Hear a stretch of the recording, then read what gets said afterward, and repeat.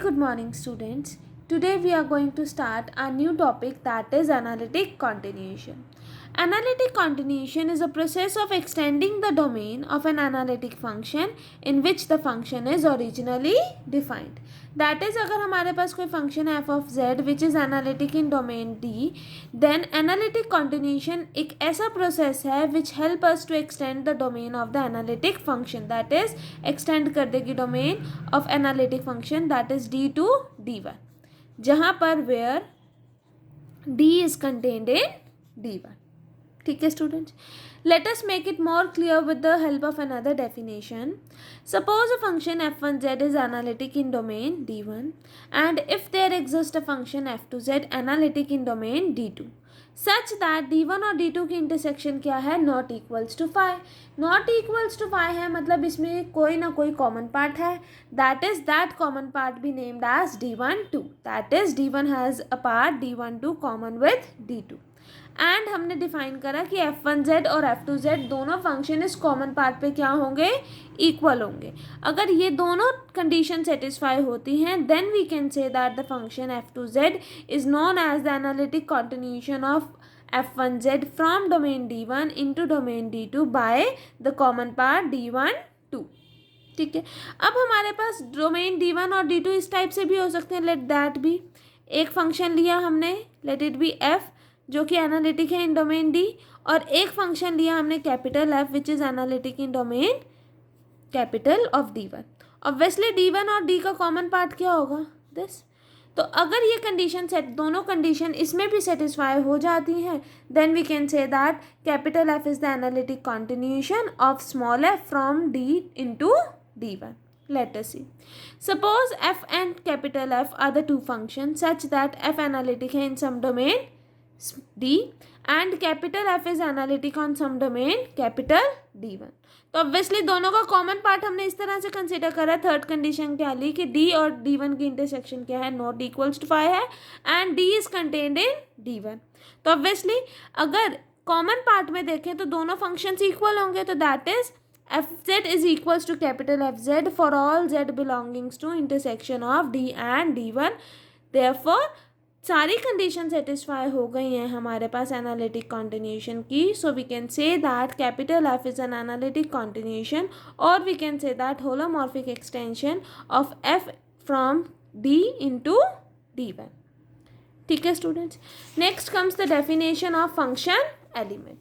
N analytic function F defined on domain D is called function element और उसको हम denote करते हैं एफ कॉमा डी से. सपोज करो हमारे पास दो फंक्शन एलिमेंट है, that is f1 comma D1 and f2 comma D2 with the two function elements. मतलब अगर डोमेन D1 है तो फंक्शन f की वैल्यू f1z है और अगर z बिलोंग कर रहा है डोमेन D2 को तो फंक्शन की वैल्यू क्या है, f2z है. f1 भी एनालिटिक है क्योंकि f1 comma D1 and f2 comma D2 दोनों फंक्शन एलिमेंट्स हैं. तो obviously bye the definition of function elements the function f1 is analytic in domain D1 and the function f2 is analytic in domain D2. तो हम कह सकते हैं कि the function f is analytic in the domain D1 union D2. तो इसका मतलब f comma D1 union D2 is a function element. Also f क्या होगा, एनालिटिक कॉन्टिन्यूशन होगी f1 एंड f2 की. ठीक है, इन दिस केस जो दो एनालिटिक फंक्शन एलिमेंट्स हैं that is f1 comma D1 and f2 comma D2 are called the direct analytic continuation of each other. Next comes the definition of natural boundary. Natural boundary means कि अगर हमारे पास function एक limit के beyond extend नहीं हो सकता, उसकी डोमेन एक्सटेंड नहीं हो सकती, तो वो जो बाउंड्री होती है उसको हम क्या कहते हैं, natural boundary. If a function fz cannot be extended analytically beyond the boundary of certain region D, then the boundary, that is this, is called as natural boundary and the point outside the natural boundary is called as a singular point. ठीक है student, next comes the definition of complete analytic function. Complete analytic function में हम एक function के all the possible analytic continuation को consider कर लेते हैं, that gives the collection of basically complete analytic function. Suppose F of Z is analytic in domain D. Let us from all the possible analytic continuation of f comma d हमारे पास क्या possible analytic continuation आ रही है, F1 comma D1, F2 comma D2, so on, F1 comma DN and so on. ये जो function होगा that is capital F of Z which is defined as कि अगर डोमेन D1 है तो हमारे पास फंक्शन की वैल्यू f की वैल्यू क्या होगी, F1z। अगर z बिलोंग कर रहा है डोमेन D2 को तो फंक्शन की एलिमेंट वैल्यू क्या होगी, F2z एंड सो ऑन। अगर z बिलोंग कर रहा है Dn को तो फंक्शन f की वैल्यू क्या होगी, Fnz। Such a function capital Fz is called as an complete analytic function. ठीक है student. Next come the very first theorem which is the most important theorem. If f of z is analytic in domain D and if f of z is 0 on an arc inside domain D। हमारे पास क्या है, एक domain D है, let this be domain D, इसके अंदर एक arc है, लेट दैट आर्क को हमने डिफाइन करा PQ। इस आर्क पर जितने भी पॉइंट्स हैं, इस आर्क के ऊपर जो हमारे पास फंक्शन की वैल्यू है वो क्या हो रही है, वैनिश हो रही है, that is f of z is 0। हमें क्या प्रूव करना है कि अगर वो फंक्शन की वैल्यू इस आर्क पर 0 है तो we are to prove that कि फंक्शन की वैल्यू 0 पूरे डोमेन पर भी होगी। ठीक है स्टूडेंट, वो हम कैसे प्रूव करेंगे, हम इस आर्क पे कोई भी पॉइंट लेंगे, लेट दैट बी z0, इसको सेंटर कंसिडर करके हम सर्कल ड्रॉ करेंगे, circle let that be c। वहाँ से हम प्रूव करेंगे कि फंक्शन जो है फंक्शन f ऑफ z जो है वो 0 c पर भी है। Then we will use the definition of analytic continuation और फिर हम फंक्शन को वैनिश दिखा देंगे ऑन द डोमेन d। ठीक है, let us start its proof. Suppose f be an analytic function in domain d, let PQ be an arc in domain D such that कि function जो है वो 0 है for all z on an arc P। फिर हम क्या करेंगे, एक आर्बिट्ररी पॉइंट कंसिडर करेंगे, take an arbitrary point z0 on PQ and describe a circle C with centre at z0। ठीक है, z हमने कोई भी arbitrary point within C ले लिया। Now we will use Taylor series expansion and according to Taylor series expansion we have that f of z is equals to summation of n varying from 0 to infinity an z minus z0 की whole power n, जहाँ पर an की value क्या होती है, nth derivative of function at z0 divided by n factorial. अब यहाँ पर जो हमने z0 पॉइंट लिया है वो कहाँ पर लिया था, ऑन PQ, और हमें पता है कि f of z is 0 on an arc inside the domain D। Arc हमने PQ कंसिडर करी है तो इसका मतलब f ऑफ z0 इज 0, क्योंकि z0 is a point on arc और आर्क पे जितने भी पॉइंट्स हैं उन पर फंक्शन क्या है, 0 है।